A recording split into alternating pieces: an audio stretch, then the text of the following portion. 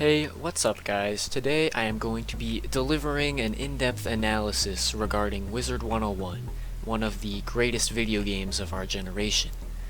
Wizard101 is a genre-defining masterpiece that everyone should experience in some capacity. This video is pretty much going to be a commentary, probably just going to put some gameplay of Wizard101, and I'm going to talk about what makes this game so great in 1,000 words or less. So, for the uninformed, Wizard101 is an MMORPG that debuted in 2008, developed by KingsIsle Entertainment. In this game, you play as a wizard. And yeah, that's it.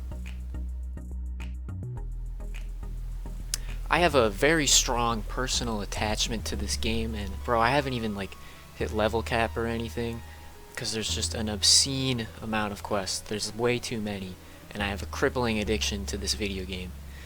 I always quit and I end up coming back because this game is good. It's a good game. But while I personally have had a very positive experience in my hundreds of hours of playing, the game isn't without its flaws. So today we're going to be taking a step back over a decade after the game's release, and we're going to see why this game, why is it so good, and why you should give it a shot. Now let's get the worst part out of the way. These guys really want your money. The payment model of this game is strategically designed to get kids like me to drain their parents' credit cards so that they can get a bumbershoot. This game is advertised as free to play, but really it's like 5 hours a game and then a paywall. The game gives you two main options to continue progression. You can buy a membership or a subscription to play the game for a certain number of months like in other MMOs. The other, vastly less economic option is to pay with the game's premium currency, crowns. This will unlock areas permanently, but the price stacks up significantly higher over time than a membership. It's inefficient. 10-year-old me didn't know this, and I spent way more of my parents' money than I care to admit. If you're gonna try out the game, just buy like a month membership for $10 rather than breaking the bank on crowns and getting nickeled and dimed at every turn. In terms of presentation, the game looks pretty alright. In 2018, KingsIsle released a graphical overhaul update which improved the looks of the first area of the game, Wizard City. It looks like a PS2 game, but in a good way. It gives me Spyro the Dragon vibes, and it gives everything a nostalgic feel that can't really be explained. Generally, the newer areas of the game look a lot better than parts of the game from a decade ago. And overall, it's alright. It's cool. Cool graphics.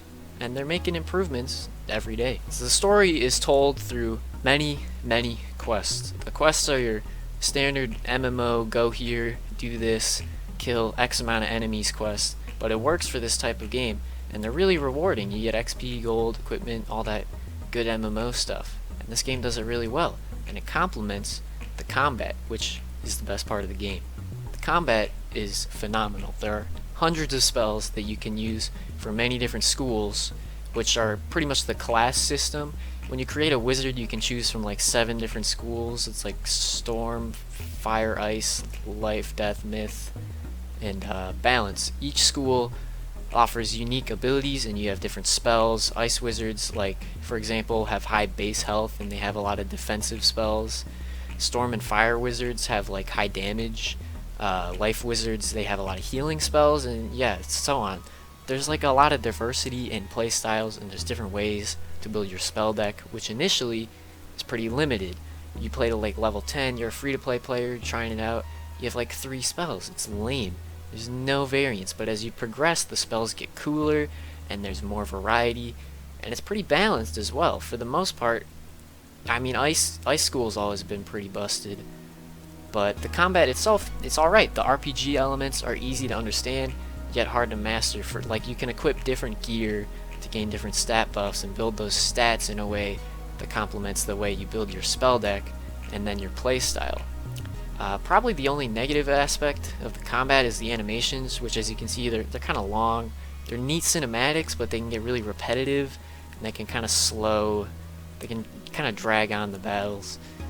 In addition to the combat, with the game being massively multiplayer, there are a lot of social elements that shine as well. You can buy a castle, you can visit castles of other players, you can play tag in someone's castle, dude. It's sick.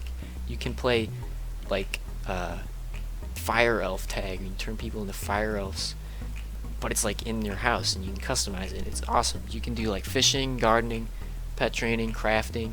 It all comes together like really well. Every aspect of the game is rewarding in its own way, and yeah. So why should you play Wizard 101? I mean, for starters, this game really makes you feel like Wizard 101. It has a little something for everyone, and if you disagree, you are nitpicking and biased. I win, bye bye.